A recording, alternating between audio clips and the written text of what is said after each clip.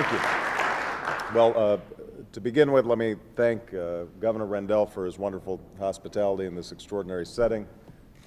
Governor Douglas, thank you so much for your outstanding work, and to all of you. One of the great pleasures of running for president is the opportunity to meet people all across the country, and I've become friends with many of you, and those of you who I have not yet gotten to know, I'm hopeful that over the course of the next 4 years that I've got an opportunity to work with you closely. In fact, being with governors is a little bit like a homecoming for me, because while I stand here today or sit here today as president-elect, I will never forget the fact that I got started in state government. And it is in state and local governments that the most meaningful changes take place, and some of the most difficult decisions have to be made. And nobody, I think, is more in tune and in touch and mindful with what is going on across the country than the nation's governors. So I'm going to spend most of my time here today listening and not making a long speech. I do want to give you a little bit of context for how we are thinking about the issues at this point. I recognize that every single one of you is struggling to come up with a budget at a time when you're facing great and growing needs. More and more people are turning to you for help, for health care, for affordable housing, to prevent foreclosures, even as the credit markets are tightening and tax revenues are making it more difficult to provide that help. 41 of the states that are represented here are likely to face budget shortfalls this year or next, forcing you to choose between reining in spending and raising taxes. Jobs are being cut, programs for the needy are at risk, libraries are being closed, and historic sites are being closed. Right here in Philadelphia, as Ed has already remarked, we've got over 200 workers being laid off. Hundreds of positions are being left unfilled or being eliminated. Meanwhile, virtually all of you are facing the additional challenge of state constitutions that require you to balance your budgets. So you're placed in an extraordinarily painful choice of violating your constitutional responsibilities or upholding those responsibilities at the expense of helping families. So to solve this crisis and to ease the burden on our states, we're going to need action, and we're going to need action swiftly. That means passing an economic recovery plan that helps both Wall Street and Main Street, and this administration does not intend to delay in getting you the help that we need. We intend to help save or create 2.5 million jobs.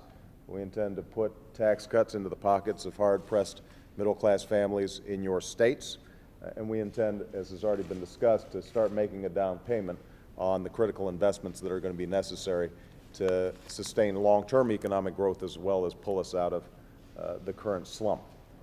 But the reason this meeting was so important to Joe and myself is because we recognize that change is not going to come from Washington alone. It's going to come from all of you. It will come from a White House and state houses all across the country that are working together, and that's the kind of partnership that I intend to forge as President of the United States. I hope that this is the beginning of laying that foundation.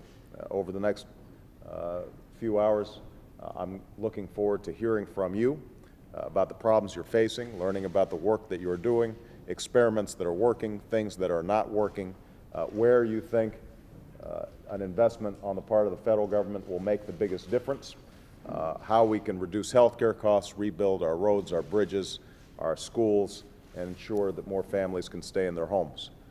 But the partnership we begin here cannot and will not end here. As president, I'm not simply asking the nation's governors to help implement our economic plan. I'm going to be interested in you helping to draft and shape that economic plan. My attitude is that if we're listening to the governors, then the money that we spend is going to be well spent. And it means that it's going to get working faster, and the people in your states are going to experience prosperity sooner. Now, let me just wrap up by saying this. I know these are difficult times. I don't think anybody here is viewing the situation through rose-colored glasses. We're going to have to make some hard choices in the months ahead about how to invest these tax dollars. We're going to have to make hard choices like the ones that you're making right now in your state capitals. We're going to have to make in Washington. And we are not, as a nation, going to be able to just keep on printing money. So at some point, we're also going to have to make some long-term decisions in terms of fiscal responsibility. And not all of those choices are going to be popular.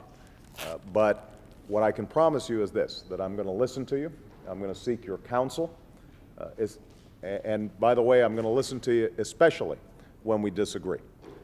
Because one of the things that has served me well, at least, in my career is discovering that I don't know everything. And all of you, I think, are going to be extraordinarily important in keeping us on track, not allowing Joe and myself to get infected with Washingtonitis, and to constantly be reminded of the realities that are happening to folks back home.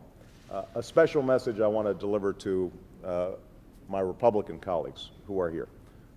I offer you the same hand of friendship, the same commitment to partnership as I do my Democratic colleagues. There is a time for campaigning, and there is a time for governing. And one of the messages that Joe and I want to continually send is that we are not going to be hampered by ideology in trying to get this country back on track. We want to figure out what works.